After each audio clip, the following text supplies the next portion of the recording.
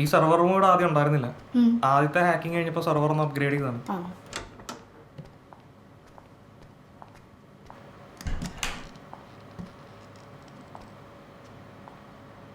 ഇതെന്തോ? ഇത് enter തലാണ്. Enter മാത്രം അടിക്കണമെങ്കിൽ ഇത് അടിച്ചാൽ മതി. ചെയർമാൻ്റെ മോളിൽ കണ്ടുപിടുത്താണ്. ഇതൊക്കെയാണ് ഇവിടുത്തെ അവസ്ഥ. കീബോർഡ് ഇല്ലേ? Thank you.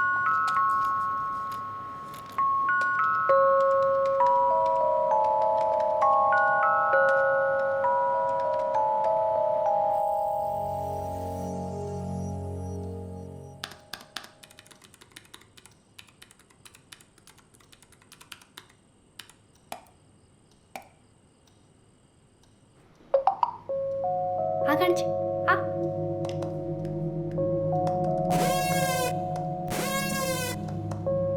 വിനോദേ, ഒന്ന് മോനെ നോക്കണം.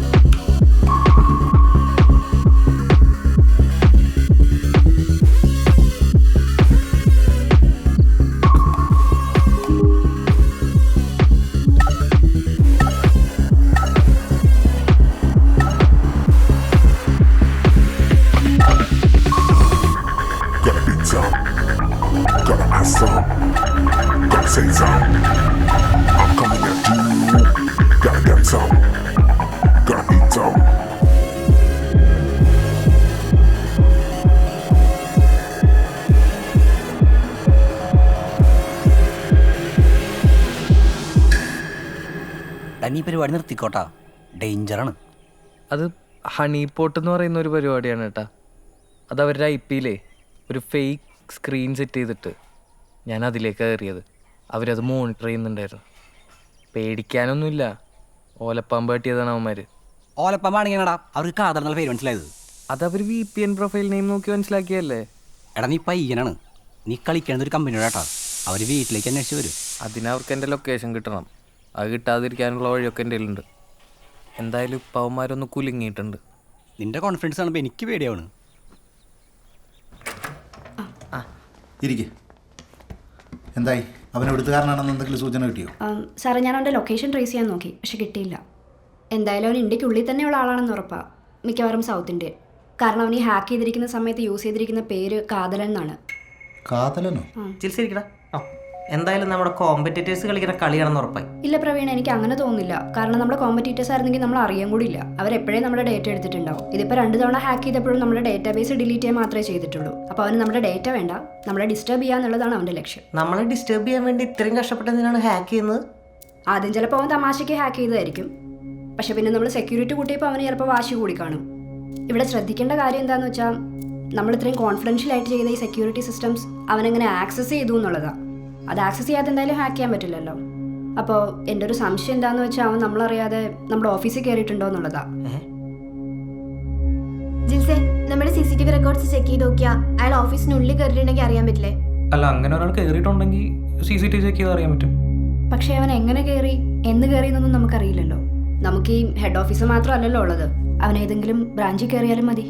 അത് മാത്രമല്ല, അവൻ ചിലപ്പോൾ നമുക്ക് സംശയം തോന്നാതിരിക്കാൻ നമ്മുടെ ഏതെങ്കിലും കസ്റ്റമർ ആയിട്ടോ ഇനി ഏതെങ്കിലും സർവീസ് പ്രൊവൈഡർ ആയിട്ടോ പറയാൻ പറ്റില്ല. ചിലപ്പോൾ ഏതെങ്കിലും സ്റ്റാഫിനെ അവൻ ഇൻഫ്ലുവൻസ് ചെയ്തിട്ടുണ്ടോന്ന്.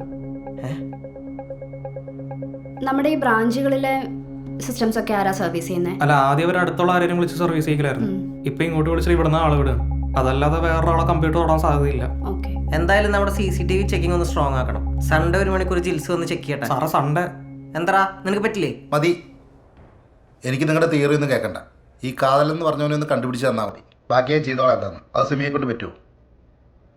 നമുക്ക് പിടിക്കാം സാറേ. എന്തായാലും നമ്മൾ അവനെ പിടിച്ചിരിക്കും. നേരം മാറണം, മോഹം വാട്ടണം, പതിയ പതിയ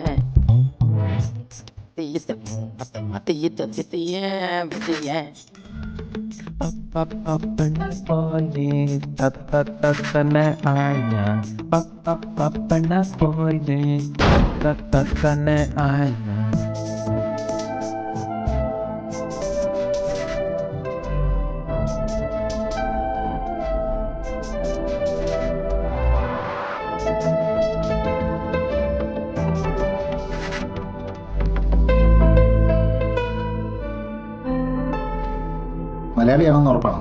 സാർ അത് ഞാൻ സ്പെല്ലിങ് വെച്ചിട്ട് ഊഹിച്ചതാ.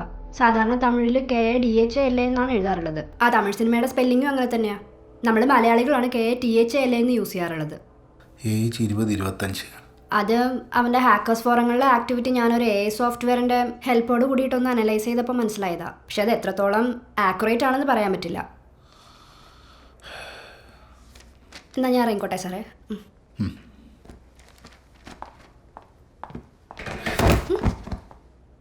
സാറേ,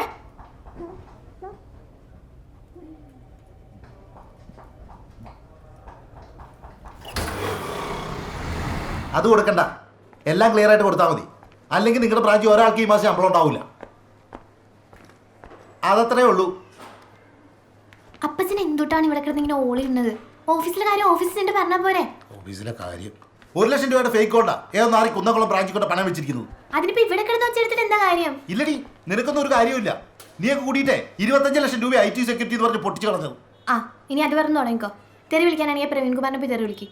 അയാളെ IT സെക്യൂരിറ്റി കൂട്ടണമെന്ന് പറഞ്ഞത്. നിന്നെയൊക്കെ എഞ്ചിനീയറിംഗ് വിട്ടതിന് എന്തെങ്കിലും ഒരു ഗുണം ഉണ്ടായിരുന്നെങ്കിലേ ഈ പ്രവീൺ കുമാർ എന്ന് എനിക്ക് ഓഫീസിൽ വെക്കേണ്ട കാര്യമില്ലായിരുന്നടി.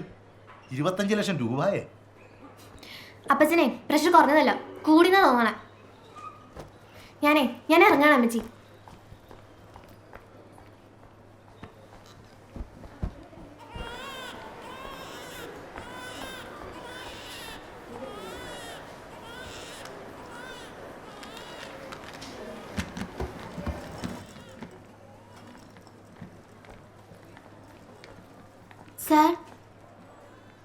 സാറിനെ മനസ്സിലായില്ലേ?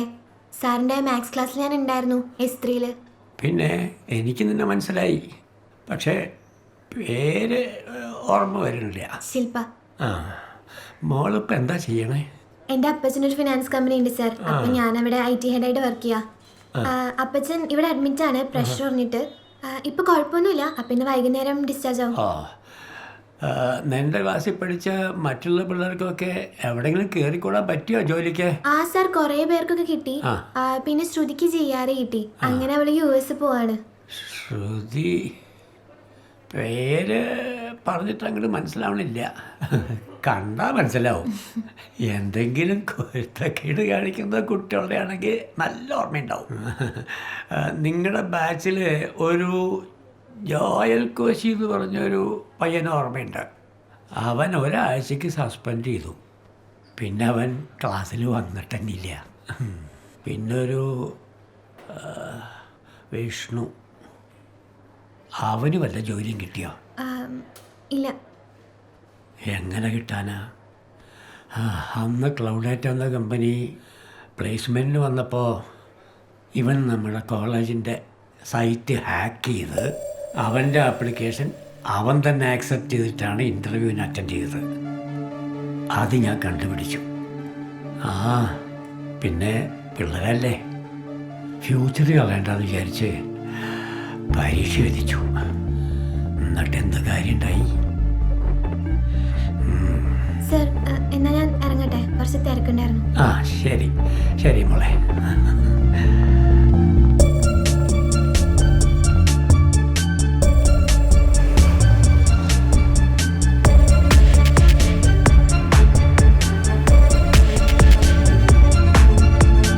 ചേട്ടാ, വിഷ്ണുവിന്റെ വീട് അല്ലേ? അതെ.